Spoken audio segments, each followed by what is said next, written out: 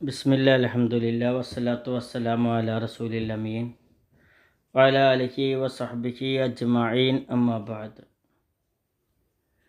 ആത്മവിശ്വാസം മക്കളിലുണ്ടാവുക എന്നത് ഏതൊരു രക്ഷിതാവിൻ്റെയും ഏറ്റവും വലിയ സന്തോഷകരമായ ഒരു കാര്യമാണ്.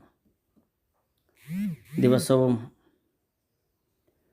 ആത്മവിശ്വാസത്തെക്കുറിച്ച് ചിന്തിക്കുകയും ആത്മവിശ്വാസം വളർത്താനുള്ള വിഭവങ്ങളെ ശേഖരിക്കുകയും അതിനുള്ള കാരണങ്ങളെ സമ്പാദിക്കുകയും അതിനുവേണ്ടി പ്രയത്നിക്കുകയും ചെയ്യുക എന്നത് നമ്മുടെ ഏതൊരു ചെയ്തികളെയും നന്നാക്കാനും കൂടുതൽ ഫലപ്രദമാക്കാനും ഉതകുന്ന കാര്യമാണെന്ന് നമ്മൾ ഓരോരുത്തരും തിരിച്ചറിയേണ്ട ഒരു സംഗതിയാണ്.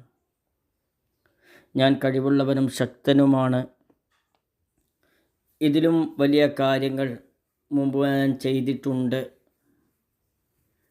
ഇനിയും നല്ല കുറേ കാര്യങ്ങൾ ചെയ്യാനുണ്ട്, എന്നാൽ കഴിയുന്നിടത്തോളം അതിനൊക്കെ പരിശ്രമിക്കും, ഞാനതിൽ വിജയിക്കും, ഉറപ്പാണ് എന്നൊക്കെയുള്ള ചിന്തകൾ മനസ്സിലേക്ക് കൊണ്ടുവരികയും മനസ്സിനെ ശക്തമാക്കുകയും ദുർബലപ്പെടുത്താതിരിക്കുകയും ചെയ്യുക എന്നത് ആണ് ആത്മവിശ്വാസത്തിനുള്ള ഏക വഴി. ചെറിയ ചെറിയ വിജയങ്ങളെ നിസ്സാരമാക്കുകയും വലിയ വലിയ വിജയങ്ങൾ എത്തിപ്പെടാൻ കഴിയാതെ ഉഴലുകയും ചെയ്യുന്ന ഒരവസ്ഥ മനുഷ്യനുണ്ടെങ്കിൽ അത് അവൻ്റെ ആത്മവിശ്വാസത്തിൻ്റെ കുറവിനെ കാണിക്കുന്നു. ചെറിയ ചെറിയ വിജയത്തെ ആഘോഷിക്കാനും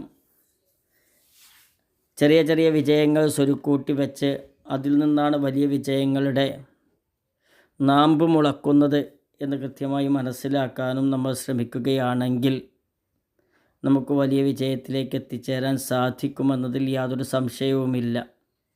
അതുകൊണ്ട് എന്ത് ചെറിയ വിജയമാണെങ്കിലും ആ വിജയത്തെ അത്യാഹ്ലാദത്തോടു കൂടി ആഘോഷിക്കാനും ആ വിജയത്തിൽ നിന്നും പുതിയൊരു പാഠം പഠിച്ച് ഇനി ഇങ്ങനെ ചെയ്താൽ മതി, എനിക്ക് വിജയിക്കാൻ സാധിക്കും എന്ന് വിശ്വസിക്കേണ്ട ഒരു രീതി നമ്മൾ സ്വീകരിക്കുകയാണെങ്കിൽ അത് വളരെ വലിയ ഫലപ്രദമായ ഒരു കാര്യം തന്നെയാണ്. ബലഹീനതകളിലേക്ക് നോക്കാതിരിക്കുക എന്നത് ഏറ്റവും പ്രധാനമാണ്.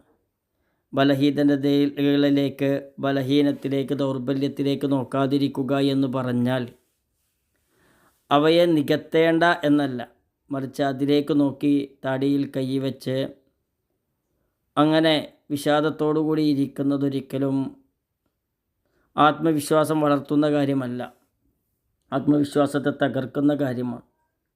ശക്തികളിലേക്ക് നോക്കുകയും ശക്തികളെ വീണ്ടും വർദ്ധിപ്പിക്കുകയും ബലഹീനതകളെ ശ്രദ്ധിക്കുകയും ബലഹീനതകൾ നികത്താനുള്ള മാർഗങ്ങളെ സ്വീകരിക്കുകയും ചെയ്യുക എന്നതാണ് ആത്മവിശ്വാസം വർദ്ധിപ്പിക്കാനുള്ള മറ്റൊരു വഴി.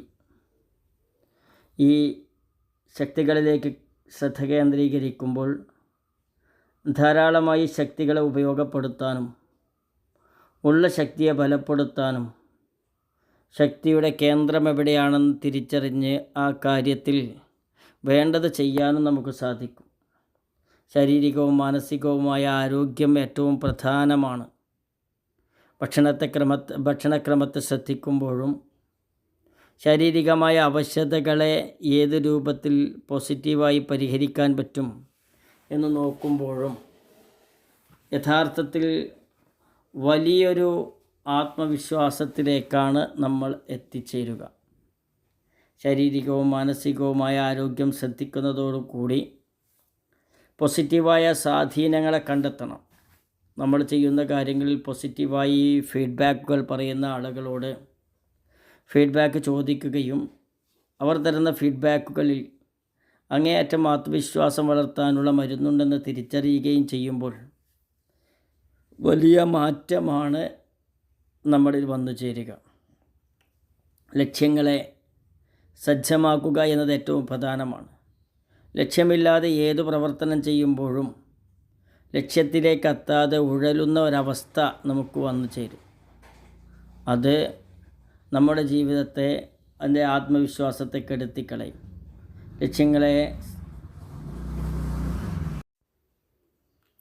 ലക്ഷ്യങ്ങളെ പാട്ടുപാട്ടാക്കുകയും ലക്ഷ്യങ്ങളെ ചെറുതാക്കുകയും വെട്ടിമുറിക്കുകയും ആ ലക്ഷ്യങ്ങളിൽ ഓരോന്നും ഒരു സിപ്പെടുക്കുന്ന രൂപത്തിൽ വളരെ ചുരുങ്ങിയ സമയം കൊണ്ട് ലക്ഷ്യങ്ങളിലേക്ക് നടന്നെടുക്കുകയും ചെയ്യുമ്പോൾ അതിലുള്ള ധൈര്യം അത് ഏറ്റവും പ്രധാനമാണ്.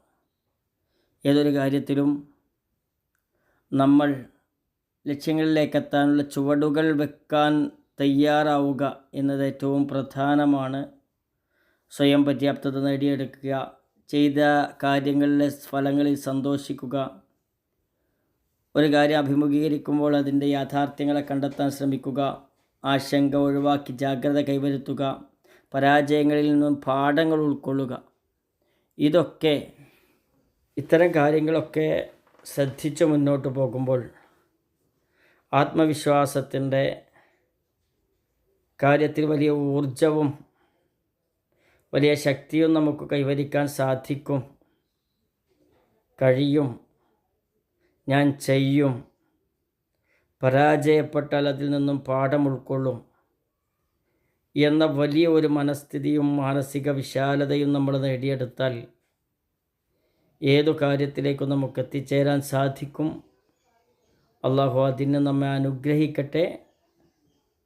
അസ്സലാമു അലൈക്കും വറഹ്മത്തുള്ളാഹി വബറകാതുഹു.